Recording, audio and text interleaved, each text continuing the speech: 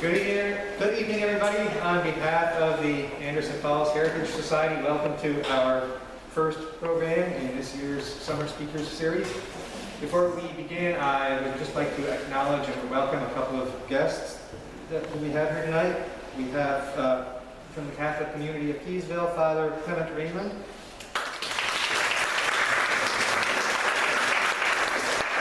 And Ethan Jack Lukashevitz. Our presenter tonight is Stephen Dorr. Mr. Dorr is a Keeseville native who holds a degree in art history from SUNY Plattsburgh. His semester-long research on the architecture of St. John the Baptist Church was the basis of his thesis. Please welcome Stephen Dorr. Good evening, everybody. What do you want for lights? Doesn't matter. Leave it the way it's right now.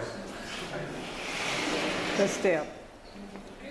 Just want to start by in memory of the three people in my life that made me boy. My grandparents, Walter and Catherine Rousseau, and my mother, Diane.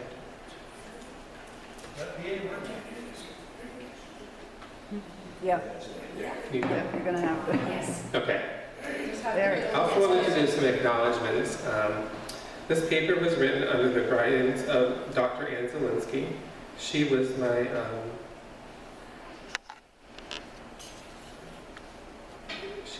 professor at SUNY Plattsburgh. Unfortunately, she has passed.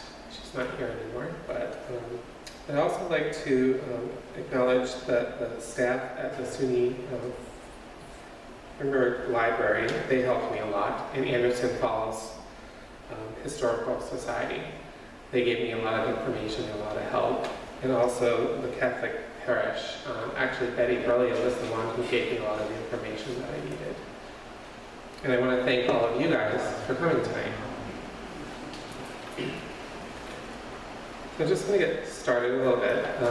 This is about, starts about a little bit about Keeseville.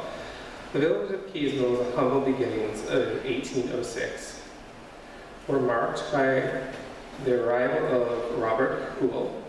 He was an entrepreneur and had great dreams of developing regional rich natural resources of iron and timber into a lucrative business opportunity. Sadly, it wasn't until 1812 when he was able to have become a reality. The Keys family, who were Quakers from a nearby settlement, which was actually Peru, New York, they established the first business firm. It was Keys, Anderson, and Keys, which was manufacturing of nails and boil plates. Utilized the natural environment. They also, the settlement, their homes and businesses also were built along the banks of the river. They used the river to help, which there's a division between Keeseville, because if you go on the Arch Bridge in the center of the bridge, you will be in Clinton County, and then on the other side, you'll be in Essex County. The establishment of the Keys firm soon sparked interest in other entrepreneurs who wished to make profitable living. By 1860, the Keys firm expanded into thriving businesses, centers, community, with populations of about 2,569 people. Community then was composed of 3 nail factories, textile mills, and other small businesses and industries along the river. The village also consisted of a commercial block of shops and side streets where fine homes were built by the entrepreneurs. The most impressive residences were located on Main, Front Street, and Pleasant Street, close to the thriving commercial center. At that that time, the community also was home to several churches, expanding Keeseville's rich religious these churches, in their context, reflect the village's great cultural and social diversities, which represented such religious sects as Congregationalist, Baptist, Presbyterian, Methodist, and Catholics. The Catholics dominated Keeseville by like 65% of the inhabitants were Catholic. These structures, along several architectural styles, such as the Greek Revival, Gothic Revival, and those examples of the Romanesque Revival, which is a little bit over. The practice of medievalism in ideals was first introduced to the American colonies during the colonial period in the form of medieval building techniques, in which later expressed more thoroughly during the 19th century, both architectural and through the fine arts. Influenced by many European artists, authors, architects, American people soon adopted many of the religious and architectural revivals which were from Europe culture. One of the first architectural revivals to reach American soil was that of the Gothic Revival, which began in England during the 18th century. French character. The Gothic Revival reflections of characteristics of the 12th century Gothic style. Though this is elaborate structures forms as buttresses, vaults, and pointed archways.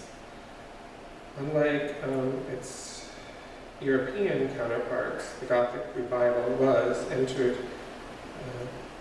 an entire practice of medievalism in America. It was based on the Roman Romantic notions that there were moral and religious ideals expressed throughout Europe in the Middle Ages.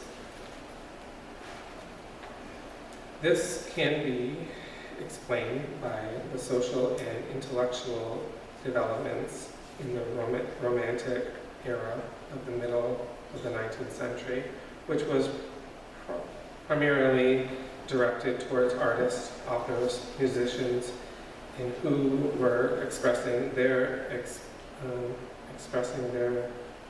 emphasis of their own ideals.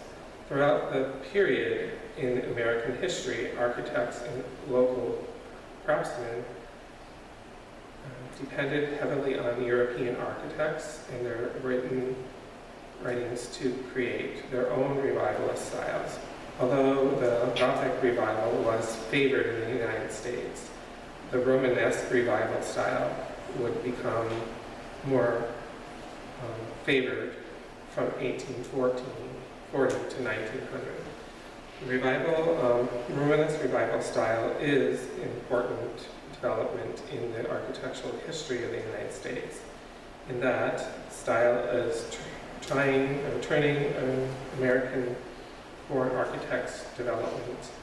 Although this style does derive influence from the 11th century, Romanesque style of German and French characteristics use the basilica plan and the round arches. This motif is used to frame doorways, windows, and as decorative accents. The Romanesque Revival also is known for its characteristics used, such as materials as brick, stone, and masonry, in order to enhance the texture of the front part of the building. Used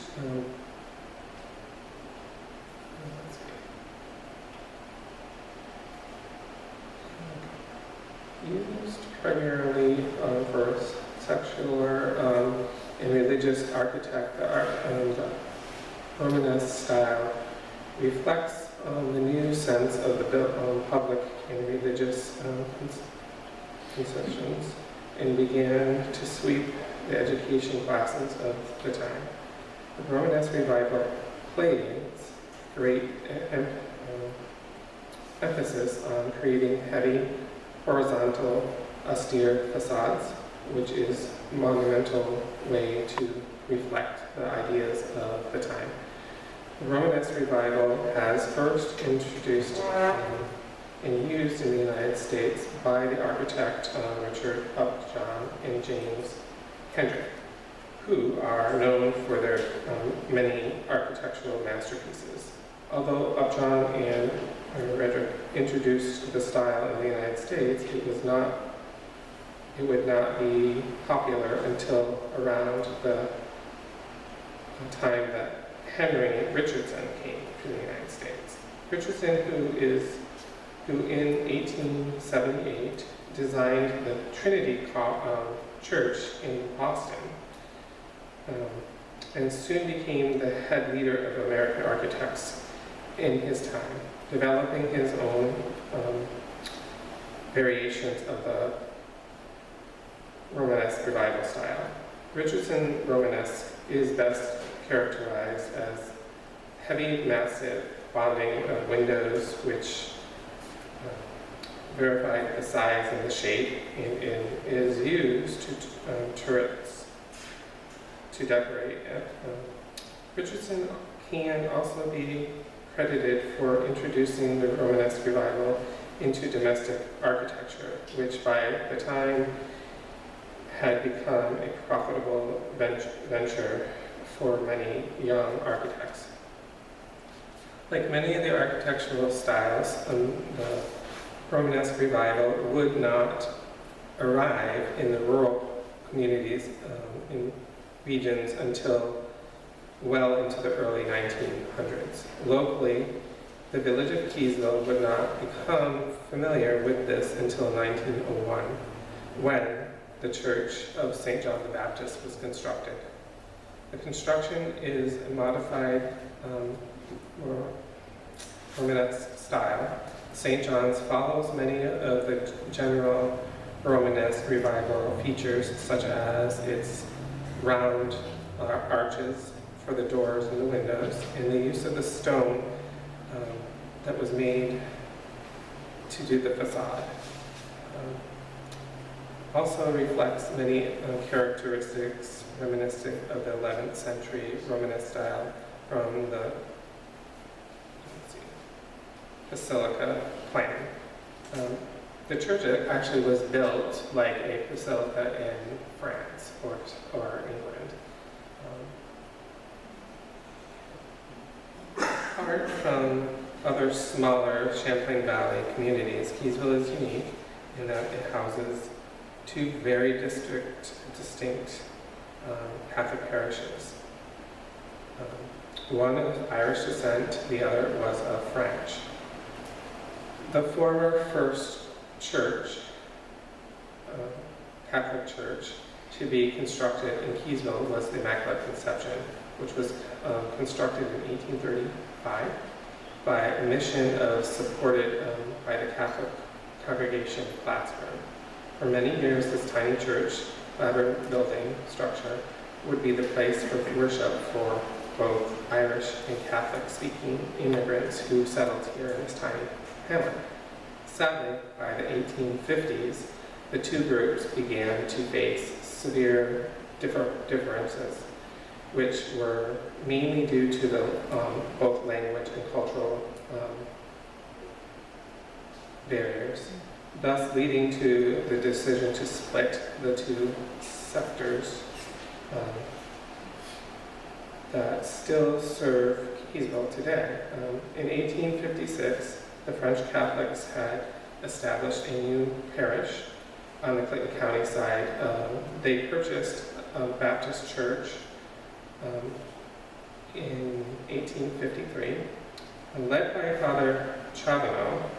This newly established parish had grown so large by 1900 that the previous structure was no longer housing the parish. Thus, they actually moved the building. So if you go up on the top where you'll see an old church that's now an apartment building, that was the original church. And then they moved it, and then they built the church that's there now.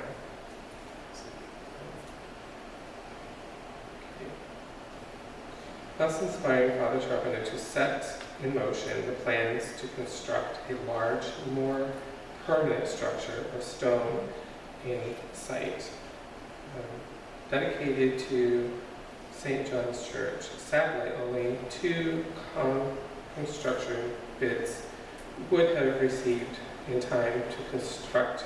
One of the local firms was the Prescotts and Sons, and the other one was a Canadian firm out of Montreal.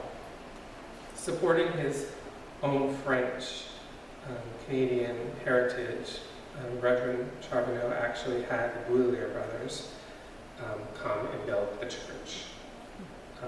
Holding to the French Canadian customs of building a large-sized church, the Boulier brothers constructed St. John's in the form of a grand basilica, which reflects the Romanesque revival style.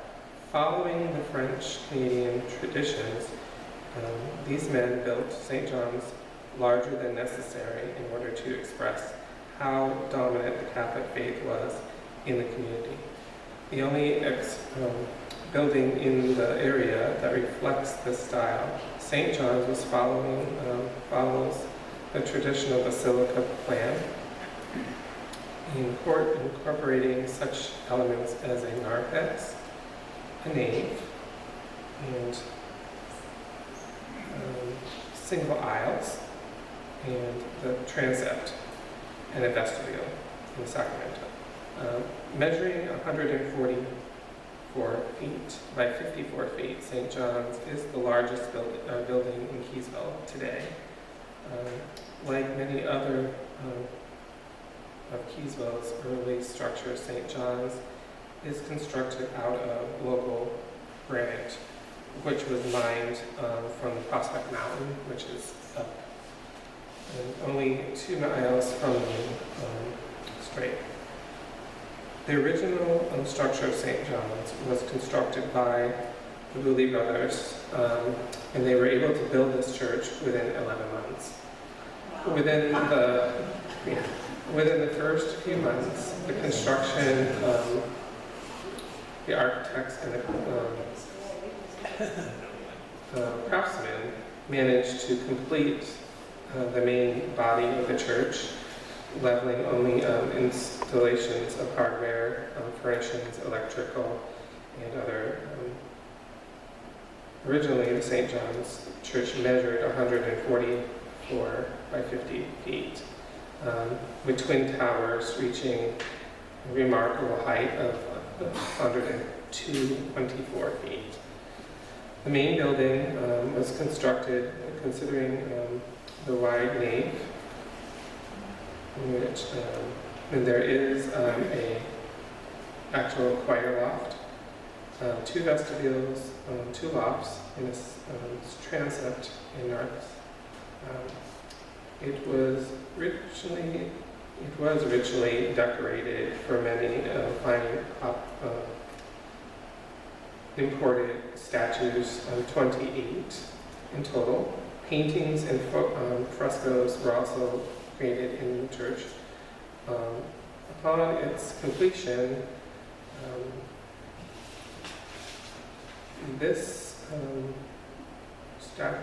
actually the parish would be left with a bill of $28,076. What it cost. Unlike the present design of the church, the facade is lavish interior with roots.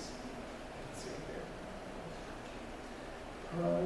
here. Entering the facade from the east side, visitor would pass through the grand set of doors, mahogany doors in the front, and then going to the north. To reach the interior, the visitor must once again pass through a set of interior doors, and then would go into the grand barrel vault, measuring 75 feet. The nave of St. John's is let's see.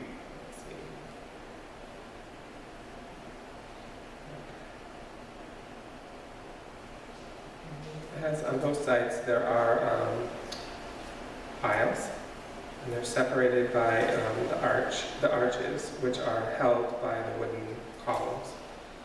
Following same general length as the nave, the aisles are 9 feet, 9 inches long, wide, and ends the church crossing. At the point of the visit, you reach transept, you must complete the Latin cross plan. So basically, the church is built like you would go to a cathedral in France or Spain, or it's built the front near the altar. The church, the visitor would enter in the sacristy, could go in through the back because there was a screen on the altar, and then on the back there's a doorway that they can go into the back. Another interesting feature of St. John's is the choir loft, which can be reached by a single staircase in the northwest. So when you go into the church, on this side, you'll see a door, and that's the stairs that go up to the choir loft. Although small, the actual loft houses the large pipe organ seating for the choir.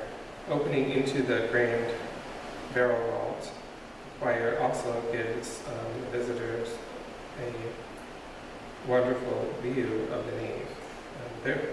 Throughout its entire interior, St. John's reflects the craftsmanship of the area artisans who used hardwood from the region in panels and framing information on the doors, the walls, all of those. Romanesque motif around the arches. Not only did these men use oak and other hard works, they decorated the interior. They also used construction interior furnishings such as the pews, the altars, chairs, and baptismal font. Although St. John's interior was lavishly paneled in hardwoods, it houses only a few statues located on the main altar. Hanging in the nave are the cycle. St. John the Baptist was particularly decorated, and elements are in many wonderful hands crafted stained glass windows which reflect the medieval style. These windows actually came from France. After the fire in 1926, they were shipped here when they rebuilt the church so that they could rebuild, and that's where they came from. Installation in the 1930s followed the Great Fire. Today there are windows in the church, and they're cherished. The most beautiful one is the rose window at the top, yes. Yeah. Sadly, over time, St. John's has faced several major renovations, which transferred the original experience. In the 1980s, they had to do some renovations, so they changed the altars in the church.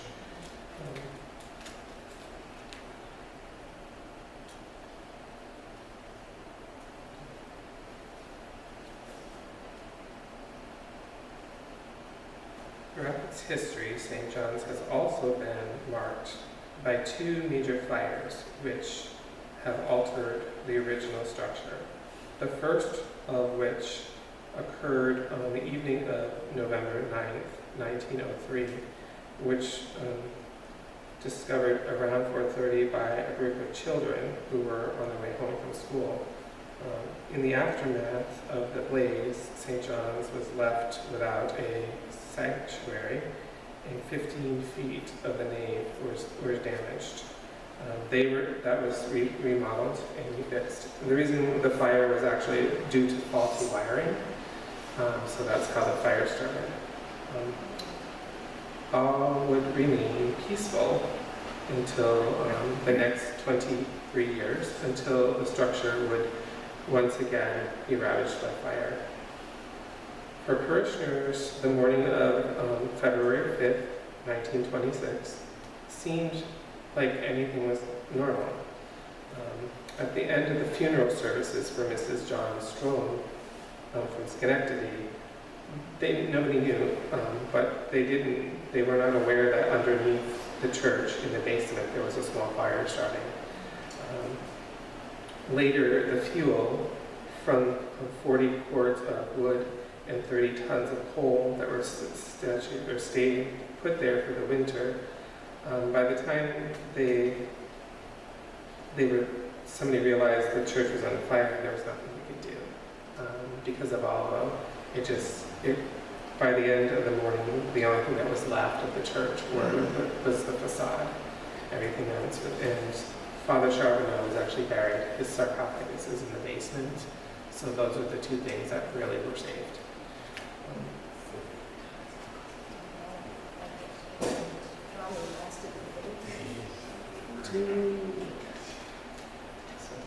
And then there's another priest who was there. He was the one that actually helped rebuild after the fire. Present time, let's see. Actually, what happened is a lot of the local artisans helped rebuild, and I think that even Prescott Mills, they helped build like the pews and everything that are in there now. St. John's also reflects medieval architectural characteristics such as the basilica plan and used the round arches, also representing the medieval decoration structures, the stained glass windows, which really were shipped here. If you go into the church and you go on your right hand side, at the bottom of that first window, there's a tag on the glass. That is the tag from the place where they were shipped from France. My professor actually noticed it because what she did is she was into medieval cathedrals, and she would go to France in the summertime. She went up inside of Notre Dame, and she noticed that because she had gone there. The place has been there for 200 years. So that's where they shipped them over here. So, Stephen, do you know if those stained glass windows are always tagged then? Usually, yeah. Yeah. There's just one tag on one of the windows. And she noticed that when I took pictures of it. But yeah, a lot of times they will put a tag on there so that you know where they were from. And I don't know how long it took them to send them over here. I mean, they were probably shipped in a boat, I would imagine. And there's a lot of windows in the church there.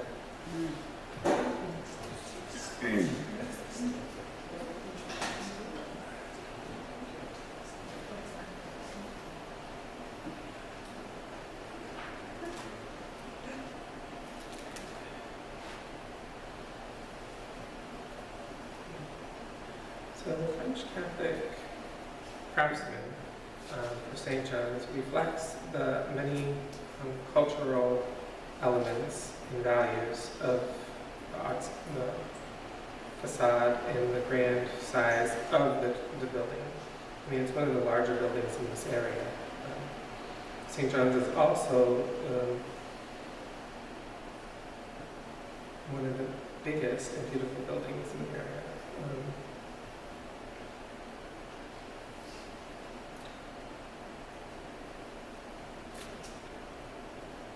Does anyone have any questions about anything? The site where it is, it's got the road that goes, goes. Yeah. Was that like that back then? When it was built, I think it might have just been a small, but like, they probably used a horse carriage to go through. Because that probably years later when they built the roads around it. I think it was sometime in the 70s, I think, to raise money for the church. They sold stained glass. People can buy, or, you know, Right. purchase that. I don't know, it's not really theirs, but Right. there are plaques of different people that bought the windows Yeah. to raise money in the 70s. I think there was something like 2,000 or 3,000 a window. Yeah, it's a lot. And I think they actually had to have somebody come in and check the lead that holds the glass together to make sure that everything was, because those windows are old. I mean, the church was built, it's over, almost probably about 100 years old now. And I think at that point they put like plastic, like almost like a Yeah, storm window over They put- top of to the, save them from being Yeah. damaged. And I remember, well, they did all the churches, what is it, back in the late 60s, early 60s, where the Pope, it had a beautiful altar, but then the Catholic religion changed so that well, from Latin to English, Right. and had the altar put in the front so they were facing the people. Right. And then in the 90s, there was a thing they moved a lot of things around in the church. They changed. Yeah, I think there were, like you said, frescoes, and they Yeah. painted over them. Yeah. Now it's what, yellow and green or whatever it was at one time, I don't know what it's now. And it's tan. But it is a beautiful church. It really is. It is a beautiful. Stephen, does anybody know where the altar went to? The original altar? I'm not sure. I'm thinking they might have sold all of that stuff. I'm not sure actually. is it not in the basement? No, I No. asked Father Chris and he said, There's he nothing tried in the finding, basement. No. there's no way. I think they actually might have sold a lot of that stuff afterwards. Yeah, it should have just. It was beautiful. Yeah, I know it was. I remember. But the original church, Stephen, was that apartment building, the great apartment building? That was where the they- first one. But then, Wasn't that actually, didn't the Catholic Church buy that from the Baptist Yes. Church? and then once they couldn't, there was too many people. They couldn't. Right. So they moved it. They literally picked it up and moved it where it is right now. And then they built St. John's where it is now. They built it over where the church was. And they had the Catholic school there, didn't they?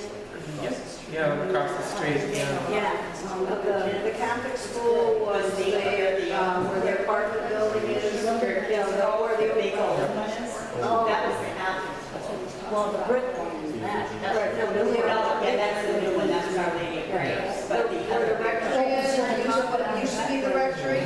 Yeah. And then you got the parking lot, and then you got the big square, three-story building. That was the convent and the school. So That's where I I think Liberty Street there was. It was.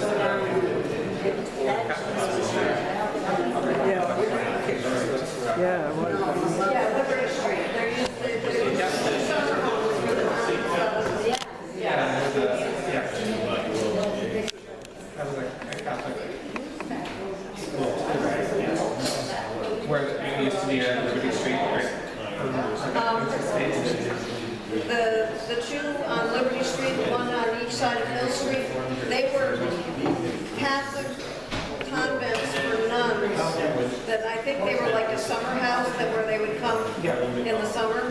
The old Catholic school is, if you're looking at what now is Kids Cove, on the left-hand side was the old convent and the old Catholic school for St. John's. The second grade. And then they combined and built Our Lady of Grace, which is now Kids Cove.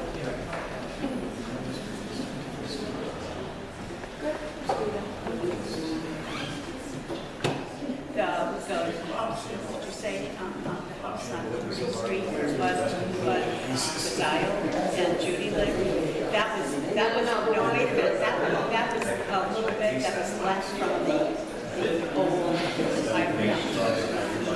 Right. That was the only thing that remained of that.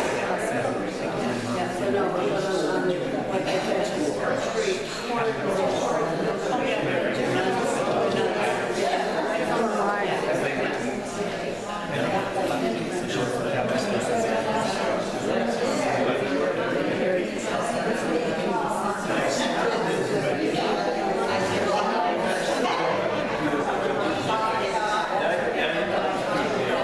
Before we wrap up for the evening, I just want to say thank you again, Stephen. And on behalf of the Anderson Falls Heritage Society, we would like to give you a copy of the book around Keeseville as a token of our appreciation for coming and telling us about the church tonight. And I just want to announce briefly, our next presentation will be on the Underground Railroad in the North Country, and that will be presented by Jacqueline Madison here on August 16th at 7 o'clock. Thank you all for coming.